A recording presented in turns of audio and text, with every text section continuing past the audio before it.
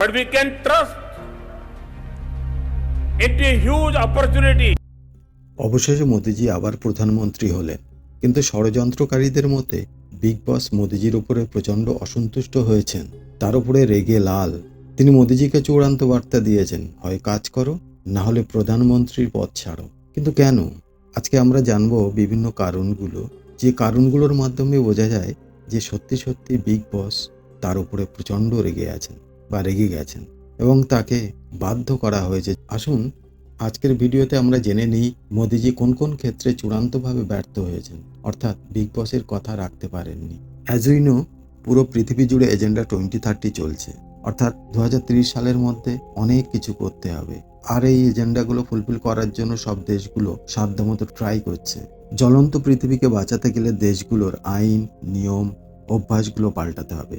যেমন ধরুন, বিশ্বজুড়ে এক সরকার দরকার, যা মোদিজি গত বছর দিল্লিতে G20 প্রোগ্রামে ঘোষণা করেছিলেন, এবং মুম্বাইতে এক সরকারের অফিসও রেডি হয়ে গেছে। এই ধরনের অনেক এজেন্ডা মোদিজি পূরণ করতে পারলেও মেন অনেক এজেন্ডা পূরণ করতে ব্যর্থ হয়েছেন। বলা যায় উল্টে তিনি জনপ্রিয়তা হারিয়েছেন। विश्व में कोई भी फर्स्ट वर्ल्ड या थर्ड वर्ल्ड या थर्ड वर्ल्ड न हो, बल्कि केवल वन वर्ल्ड हो।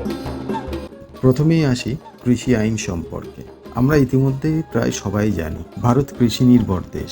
দেশের বেশিরভাগ জনগণ কৃষিকার্য করেই পরিবারের ভরণ পোষণ করেন। প্রধানমন্ত্রী সেই কৃষি আইনে পরিকল্পনা মাফিক পরিবর্তন করে পুঁজিপতি বা শিল্পপতিদের সুবিধা করে দিতে চেয়েছিলেন। ইতিমধ্যে বিল গেটস আমেরিকাতে 2,70,000 হেক্টর জমি কিনে নিয়ে আমেরিকার টপ মোস্ট কৃষকে পরিণত হয়েছেন। আর বিগ বস তাই কৃষি আইনের পরিবর্তন চেয়েছিলেন, কিন্তু তার পরের ঘটনা আজ ইতিহাস। পাঞ্জাব, হরিয়ানা, উত্তরপ্রদেশের কৃষকেরা মাটি কামড়ে পড়ে থাকে আন্দোলনে, এমনকি তাদের প্রাণহানিও এই আন্দোলন থেকে তাদেরকে সরিয়ে আনতে পারেনি। তাই বলা যায় প্রধানমন্ত্রী ব্যর্থ, আর বিগ বসও তাই প্রধানমন্ত্রীর উপরে ক্ষেপে গেছেন।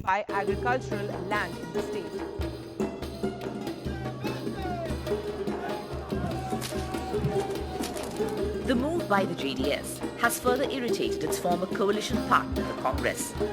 Of late, there has been sniping between leaders of the two parties. Politics, an inescapable part of farmers' protests in different parts of the country. Internet of things. Big boss চান পৃথিবীর সব জিনিসগুলো, এমনকি মানুষকেও ইন্টারনেটের সাথে কানেক্ট করে দিতে। একে বলা হয় ইন্টারনেট অফ থিংস। আপনারা ইন্টারনেটে সার্চ করলেই পেয়ে যাবেন ইন্টারনেট অফ থিংস বলতে কাকে বোঝায়। আর তার জন্য দরকার হাই স্পিড ইন্টারনেট। কিন্তু বাস্তবে দেখা যাচ্ছে 5G চালু হলেও ভারতের বেশিরভাগ জনগণ এখনও 4G নেটওয়ার্ক ব্যবহার করছে। অথচ 4G ইন্টারনেট কানেকশন ছাড়া ইন্টারনেট অফ থিংস বা সব কিছু ইন্টারনেটের সাথে যুক্ত করা সম্ভব নয়। প্রধানমন্ত্রী এক্ষেত্রে বিগ বসের চাহিদা পূরণ করতে পারেননি, তাই উনি রেগে তো যাবেনই। By research, training and skilling in robotics, artificial intelligence, digital manufacturing, big data analysis, deep learning, quantum communication and Internet of Things.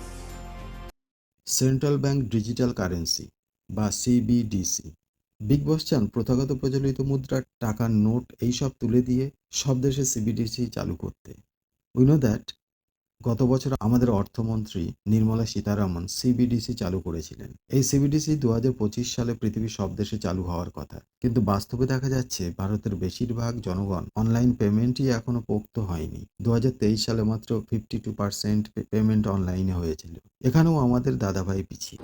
Introduction of a central bank digital currency will give a big boost to digital economy. Digital currency will also lead to a more efficient and cheaper currency management system.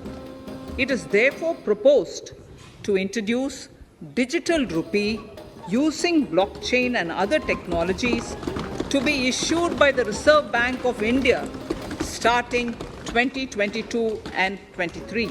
In recent years, digital banking, digital payments, and fintech innovations have grown. Electric car. Big বসের কথা মতো ভারত 2027 সালের মধ্যে petrol ও diesel চালিত সব গাড়ি বন্ধ করে দিতে চান। দাদাভাই কথা দিয়েও কথা রাখতে পারছেন না। ইলেকট্রিক গাড়ির প্রচলন বাড়াতে পারছেন না, এ বিষয়ে বিগ বস সন্তুষ্ট নয়। উল্টে এতই অসন্তুষ্ট যে ইলন মাস্কের ভারতে আসার কথা থাকলেও এপ্রিল মাসে তিনি ভারতে আসেননি। ভারতে না আসে তিনি চলে গেছেন কোথায়? চীনে। সুতরাং প্রধানমন্ত্রীর প্রতি ইলন মাস্কের যে কতটা আস্থা তা এখান থেকেই বোঝা যাচ্ছে। যদিও উনি আসবেন না বলেননি, বলেছেন সময় হলে নিশ্চয়ই আসবেন। आज हम इलेक्ट्रिक व्हीकल इकोसिस्टम में सप्लाई और डिमांड दोनों पर तेजी से काम कर रहे हैं।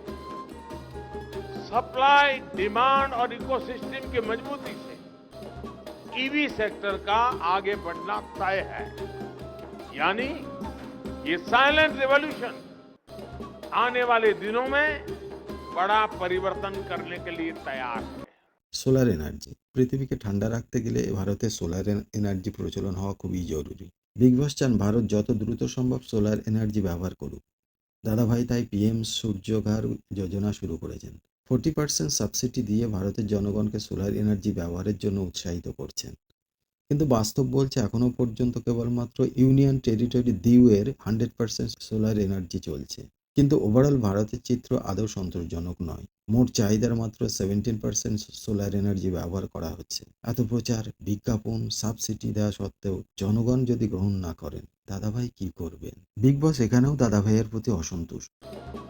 भारत सरकार का लक्ष्य सोलर पावर से देश के लोगों को बिजली देने के साथ ही उनका बिजली बिल जीरो करने का भी है। গত বছর বিগ বস ভারতের দিল্লিতে G20 সামিট করিয়েছেন দাদাভাইকে দেশ বিদেশে আরো জনপ্রিয় করে তোলার জন্য। শুধু তাই না, তাকে গ্লোবাল লিডার হিসেবে প্রচার করার জন্য তার মুখ থেকে বারবার বলিয়েছেন new world order, new world order. नए world order new world order और होना ही है। नए वर्ल्ड ऑर्डर की संभावना है। एक नया विश्व ऑर्डर, विश्व एक नए वर्ल्ड ऑर्डर की तरफ, एक नया वर्ल्ड ऑर्डर नजर आ रहा है। एक नए वर्ल्ड ऑर्डर की संभावना है। आज दुनिया नए वर्ल्ड ऑर्डर की तरफ बढ़ रही है। आज की दुनिया जिस वर्ल्ड ऑर्डर की तरफ जा रही है, to create a new world order, लेकिन आज जो नया वर्ल्ड ऑर्डर तैयार होगा और होना ही है, नए वर्ल्ड ऑर्डर की संभावना है। তারপর তার মুখ থেকে ওয়ান ওয়ার্ল্ড গভর্নমেন্টের সূচনা করিয়েছেন। দাদাভাইয়ের জন্য এত কিছু করা সত্ত্বেও, পার্লামেন্টে একক সংখ্যাগরিষ্ঠ হওয়া সত্ত্বেও চাহিদা মতো আইন পরিবর্তন ও সংশোধন করতে পারেননি। প্রকল্পগুলো যে গতিতে ইমপ্লিমেন্ট করার কথা ছিল সেই গতিও ধরে রাখতে পারেননি। তাই বলা হচ্ছে এবারে 2024 সালে লোকসভা ভোটে আরএসএস বিজেপির হয়ে মাঠে নামেননি, বিশেষত উত্তরপ্রদেশ থেকে। ফলে দেখা গেছে উত্তরপ্রদেশের অখিলেশ যাদবের দল সমাজবাদী পার্টি বিজেপির থেকে বেশি সিট দখল করেছেন।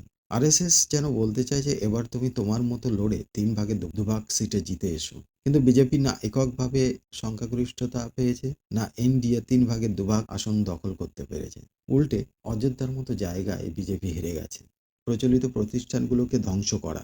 1992 সালে প্রকাশিত হওয়া নিউ ওয়ার্ল্ড অর্ডারের লেখক রালফ এফারসনের মতে পৃথিবীর সব প্রচলিত প্রতিষ্ঠানগুলোকে ধ্বংস করা হবে, যেমন আইন, শিক্ষা, ব্যাংক প্রভৃতি। আর ধ্বংস করতে গিয়ে বিগত প্রায় 9 বছর ধরে দেখা গেছে প্রচলিত প্রতিষ্ঠানগুলোতে চরম অব্যবস্থা তৈরি করা হয়েছে। আপনার কি মনে হয় এত বিজ্ঞ ব্যক্তিরা অজান্তে অনিচ্ছায় ভুলগুলো করছেন? অসম্ভব। প্রতিষ্ঠানগুলোর প্রতি মানুষের যাতে আস্থা উঠে যায়, তাই এই হাস্যকর পরিস্থিতি তৈরি করা হচ্ছে। এত বিরোধিতা সত্ত্বেও ইডি, সিবিআই এর ব্যবহার, সরকারি প্রতিষ্ঠানে চুক্তিভিত্তিক কর্মচারী নিয়োগ, জনগণের এত ক্ষোভ বিক্ষোভ সত্ত্বেও সরকারি প্রতিষ্ঠানে নিয়োগ না করা, সরকারি শিক্ষা প্রতিষ্ঠানগুলোকে তুলে দিয়ে বেসরকারি ও অনলাইন শিক্ষা ব্যবস্থা আনার চেষ্টা, এগুলো কি সব এমনি হচ্ছে? সবকিছুর সাথে লিঙ্ক আছে, একটু খোঁজ নিয়ে দেখুন। এমন কারণ অনেক আছে, সব বলা সম্ভব নয়, ভিডিও বড় হয়ে যাবে। এমনিতেই বেশিরভাগ মানুষ পুরো ভিডিও দেখেন না, তাই মোটামুটি মেন পয়েন্টগুলো আপনাদের সামনে তুলে ধরলাম। আজকের ভিডিও থেকে আশা করি নতুন কোনো তথ্য পেলেন। আজ তাহলে এখানেই শেষ করছি। আপনারা সবাই ভালো থাকবেন, সুস্থ থাকবেন, আর হ্যাঁ, সাবধানে থাকবেন। Thanks for watching this video. আল্লাহ হাফেজ।